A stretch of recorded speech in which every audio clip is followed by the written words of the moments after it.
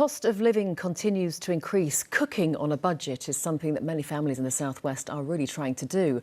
The Food Project in Axminster works with people who have been referred for help by the NHS.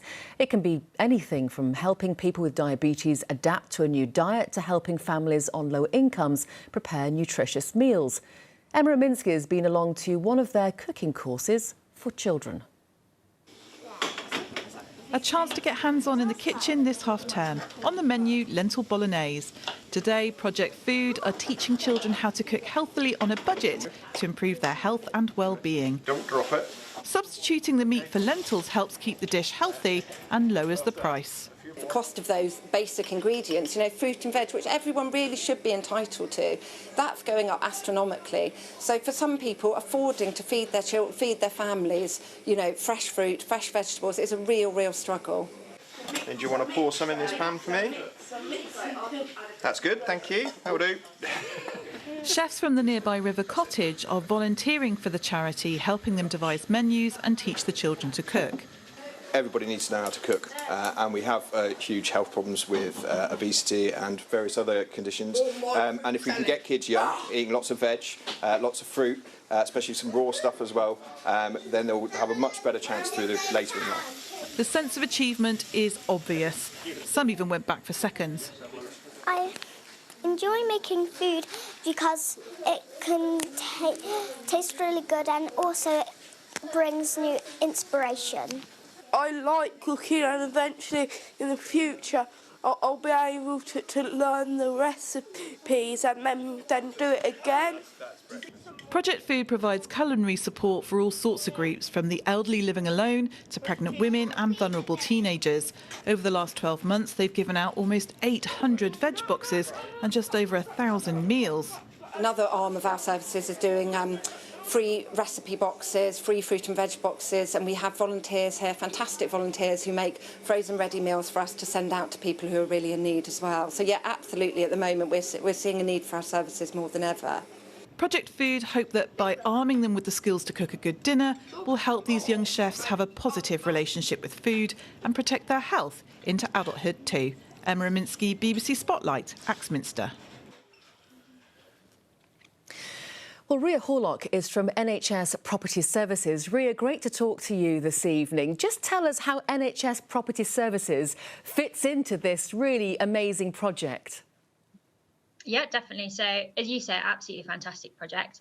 Our role, so NHS Property Services, we own and manage, it's around 10% of the total NHS estate across the country, and Axminster Community Hospital is one of those projects. So a couple of years ago, we started a programme to look and kind of identify where we had some vacant, underutilised space. And there was a former kitchen area at Axminster Hospital that we kind of spotted and thought it could be used a lot better. So we did some work to refurbish it. We brought in a bit of a new kitchen, some new facilities, and then Project Food were then able to come in free of charge and use that space to deliver these amazing services and some of the things that we've seen this week. So you're working alongside other voluntary projects. You're providing the funding. So I'm guessing that you're looking for other spaces that aren't utilised to big up this project. Yes, 100%. So we've been working, we call it our social prescribing programme, but we've been working on it now for about 2 years, starting in kind of mid-2019. We're hoping that by the end of this financial year, we'll have around 50 sites across the country. So that covers every region all the way across England. But certainly, yeah, we're always on the lookout for where do we have more vacant opportunities, but also where can we kind of tell the story of what these spaces have done to be able to encourage other parts of the NHS that might have vacant areas to just think a little bit differently about how they could use their estate. And as we've just seen, there's some brilliant stories. The children were having great fun there. Can you just explain who gets to go on these socially prescribed courses? Anyone really. So Project Food, I know kind of during the school holidays, they look specifically at families, but social prescribing as a scheme is open to anybody. So any patient, any person in the community, you go to your GP with a kind of, it might be a health issue, but there might be a social cause to it. And they'd be able to refer you into these kind of social prescribing services like Project Food to help you kind of get healthy, stay healthy, and hopefully you don't need kind of clinical intervention in the future. This is a really exciting collaboration with so many different people, and great to see the chefs there from River Cottage devoting their time to this. What is your ultimate goal?